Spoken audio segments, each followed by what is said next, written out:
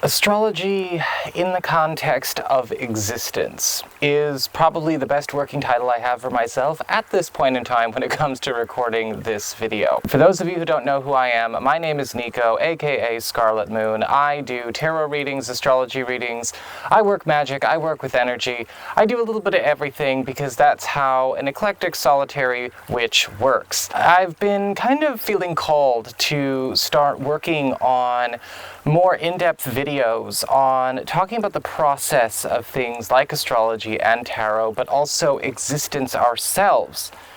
And maybe actually working a little bit on how do we change our attitude about these things so that we can actually make the most of what's going on out there, make the most of what's happening with the energy weather, understanding more about how all of this is all working and vibrating simultaneously with the astrology, with, our spiritual practices, if you have one, without your spiritual practice, even if you don't have one. What is going on in the context of the entirety? Now, this is kind of an interesting way to go, because I find that in the past, I'm not so good at talking about things like the microcosm, the self, so to speak, and self-discovery and personal development, at least not directly.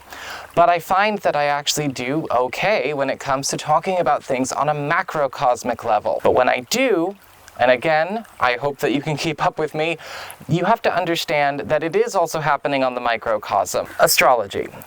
What is it? How does it work? In my experience and what is going on, astrology has a lot of assumptions about it. Some are incomplete, some are incorrect, some of them are very interesting, to say the least, but at the same time, nowadays with more people waking up, becoming more spiritually aware, spiritually attuned, astrology is at risk of becoming something of a religious, or perhaps, dare I say, let's just say lifestyle intrigue. And that is not what astrology is all about. Whether you're looking at predictive astrology, or you're maybe looking at astrology in terms of looking at the nature of things, personal astrology, your natal chart, the signs, planetary alignments. Astrology in and of itself is actually a measurement of energy that's always going on, ever present all the time, interacting in different ways. Astrology is no different than the moisture in the air, the humidity. It's a measurement of a type of humidity, you could say. It's a measurement of a type of temperature, a measurement of a certain type of chemical or spiritual or energetic reaction going on. What honestly can happen is that I've found that people have a tendency to almost worship astrology, almost at the point of even praying at the feet of astrology for miracles. And this gets very dangerous. This is almost close to something like salvation consciousness. Now, this can actually be problematic in a couple of ways. Astrology is a way to look at how something is made up, whether it's a circumstance, whether it's a person. It talks about what constituents, what energies and vibrations are going into it, or what is created as a result of the energies and vibrations interacting at a given point in time, leaving its mark either for a long time or for a short time, and how those interactions play out going into the future. But that's it. Okay? When we talk about astrology in terms of things like miracles, all right, astrology doesn't work miracles. It's not really a conscious living God. It's, again, a science. And we have to think about that so we don't fear it. Because at the end of the day, you are made up of all of these energies as well. You are a part of this spiritual ecosystem. Every planet, every element, every rock and tree, every bit of water, every molecule in the air is exuding a vibration. It's exuding a frequency. It is coming into existence because of those energies, made up of those energies, and expressing itself. However, it is going to express itself. It is a result of a mixture of energy and vibration. When we think about astrology, you know, one of the things I've noticed over the years of doing horoscopes is a lot of people will tend to, you know, again, put so much stock in something being a guarantee, or, you know, whether it's guaranteed to be bad. Oh, this planet's horrible. It's retrograde. It's dangerous. It's bad. It's not. It's neutral. It's a force in the universe doing what it's going to do. I can guarantee you that there are people who are conscious enough to not have to worry about these kinds of things, these kinds of circumstances, affecting or impacting their lives or ruining their lives, because they do not lower themselves to being beneath astrology. They are a part of astrology. And that's what I think we need to do. We need to shift our attitude about it a little bit. You know, as conscious co-creators, hopefully you are not afraid of being sovereign. You will actually come to understand that there is a powerful transition that happens when you go from being an object in the universe at the mercy of its circumstances and being a part of it. Astrology helps us do that in a number of ways. As the energies of these planets, these big forces, come together and interact with consciousness, yours, mine, his, hers, it doesn't matter, it's going to create a reaction, which is going to create an experience. It's alchemy. This is what alchemy and magic is all about. And we have to step aside from our conditioning to try and, you know, get overly concerned with the maybe internal reactions we can have to that. You know, because we've been programmed from a very young age to be afraid of being sovereign. Right? No, that's up to religion. That's up to politics. That's up to daddy. Whatever's going on, let it go. Because when you make a friend of Saturn, or you learn how to use Mercury retrograde to your advantage, these things are not going to be working with and or against you just because they're working with and or against you, but you yourself are becoming a master of these elements, consciously working through them.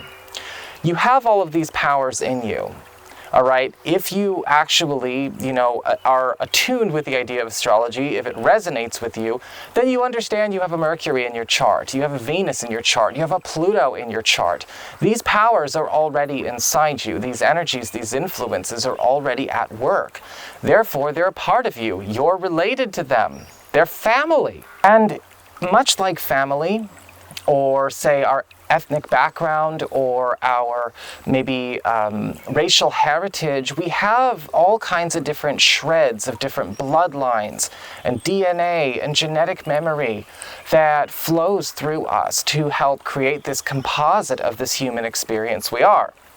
And what happens is that, again, our choices, our conscious will to exert our own energy, our own frequency, whether we know we're doing it or not, because some people do actually, they're not aware. They're not woken up to the idea that you're not here to learn how to manifest. You're learning how to get your manifestations under control. There's a big difference.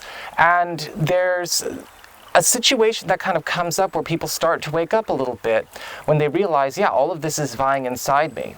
Even when we think about the four elements, earth, air, fire, water, you've got all of that inside you. The fire is the life force. The earth is the physical form. The air is the breath and the thought. The water is the blood and the emotions. You've got all of these things working with you. You can tap into this at any time. You can work with it instead of wait for it, or wait for it to maybe work for you or maybe work against you.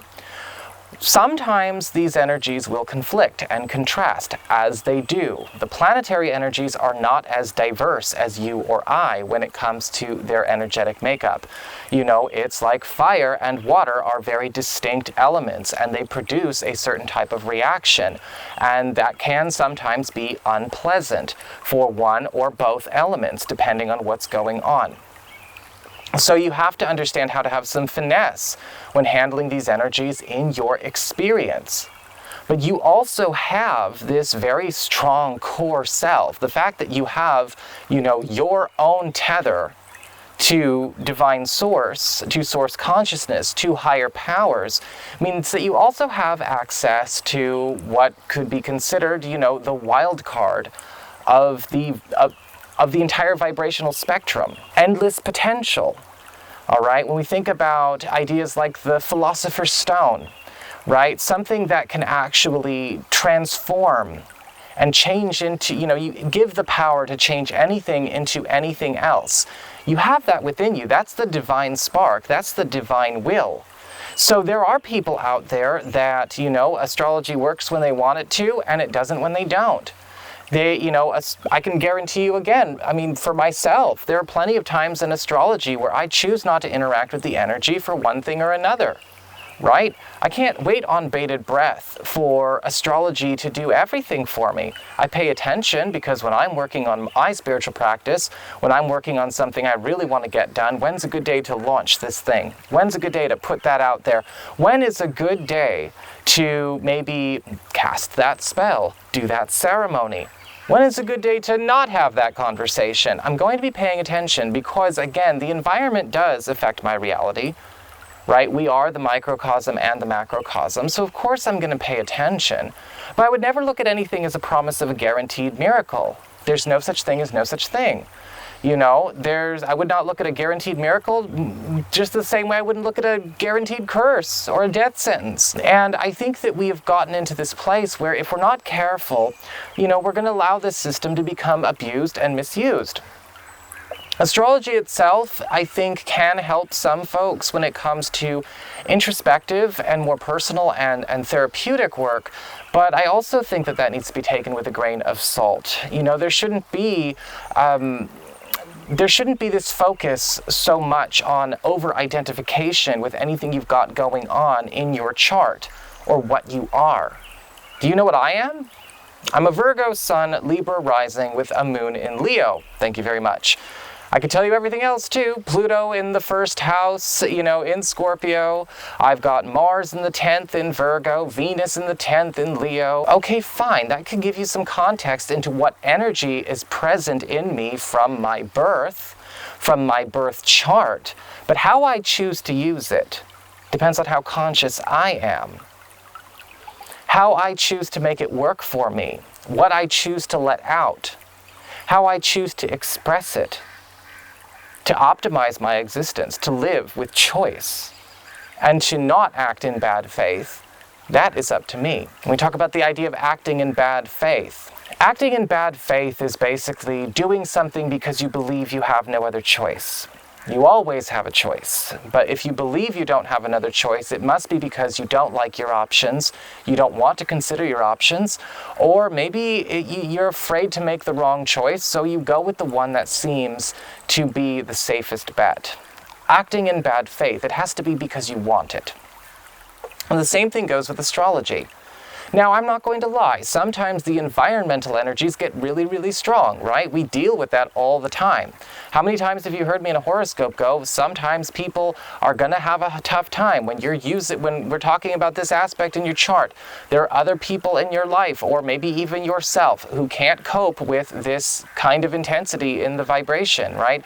They might not be able to cope with the intensity of what's going on this day or during this planetary interaction. That doesn't mean they're not going to cope. That doesn't mean you're not going to cope. But it's important to think about. What if it goes right? What if everything goes perfectly well, perfectly wonderfully? Yeah. One of the things I kind of notice about people trying to work with astrology is that they tend to only take it to sort of a half measure. They want to do the personal introspection journey work, but they don't actually think so much about the implications of that journey work. I'm a Leo moon, therefore. Oh, my Mercury's in Virgo, therefore. My Jupiter is in my 4th house retrograde, therefore. No, it doesn't mean anything like that. Again, it doesn't mean I'm at the mercy of those circumstances. It doesn't mean I'm forced to abide by this. It doesn't mean I'm forced to abide by anything. But what can happen, I think, that is we are afraid to get so in touch with that core sense of self, or we may not have that sense of identity, that we get sucked into the trap of thinking, okay, well, I'm not in touch with who I am. I don't know who I am. I don't know how to find who I am. So I'm going to dress up in these articles. I'm going to dress up in these things. I'm going to dress like a Virgo. I'm not really dressed like a Virgo right now. I'm going to dress like a Libra ascendant, kind of. But the thing is that, again, those are just observations of energy and the energy potential of what's going on. You know, taking this into a place where you need it for constant context into your reality is missing the point. It's to help you get control. It's to help you get into a place where you are working with and vibing with existence and working with this power and becoming a part of it. Remember, you're related, you're family. It's not some external force, it's actually a part of you. It's your magic. But if we don't let ourselves become sovereign, then we are going to suffer. We are going to treat it as a religiously distanced phenomena. And we are never going to be able to reap the full rewards. Why do you think I talk about things that might be considered negative or unsavory in my readings? It's because I want to talk about what the energy's doing. I want to talk about what's really going to be going on. I'm not interested in shepherding people. You shouldn't need a damn shepherd. Don't look for a shepherd, and if somebody offers to be your shepherd or your minister through astrology, run, don't walk the other way, because it's not a religion, it's not a church. Let yourself, you know, be the judge, but also let yourself get acquainted with this bigger power that is you, a part of you anyway. And if you allow yourself to understand what energies you're compatible with, what you work with, what you don't, you're going to see a big difference. You know, on a level of frequency, Saturn in Capricorn is actually pretty good to me, right? When we think about it, in what context? Well, Saturn's in an earth sign. Saturn in Virgos are, you know, that energy tends to mix. It mixes pretty well. You know, it makes a pretty good cocktail. That's all. It just makes a good cocktail. Drink it or don't drink it. Leave it or don't leave it. Whatever you want to do, it's up to you to decide what you're going to do with it. You might find out that you're ignoring some things that could be quite advantageous. Just don't for a second think that you are a victim of astrology. And don't think for a second that you're as powerful as you're ever going to be, because this is actually a key to helping you unlock your abilities and your potential to have the existence that you want to have. And at least that's my 2 cents on what I think is the point of astrology. Hell, I mean, I don't even believe in a meaning of life. I just think there's a point to it, you know, and that point is to evolve, to get more powerful, to become exalted. I think that sometimes we forget that we are a part of it. We are a part of the stars. We make ourselves insignificant. By making ourselves insignificant, we're making them insignificant. By dumbing ourselves down, we're dumbing them down. Macrocosm, microcosm. It's just some food for thought to think about, you know, because again, the whole point of it is to become acquainted with it, to embrace it, whatever these energies are, however you will. And maybe someday, you'll decide that astrology is the way you did it. Or maybe it wasn't. Maybe it was with tarot cards. Maybe it was with crystals. Maybe it was magic, like me. I don't care. Just find your way. Evolve, damn it. That's what I gotta say in this video. I hope you guys enjoyed this little spiel. I think I'm gonna come back with some more talks about this kind of thing, you know, because it's important to understand how these blendings interact and what's going on with all of us. And again, the point of it, so that we don't miss it, so that we don't turn it into a human concern. We evolve ourselves into a more macrocosmic and larger existence. Thank you so much for sitting through all of this, guys. I will see you again soon. I hope you enjoyed this video, and I'm going to try and get this up to you ASAP.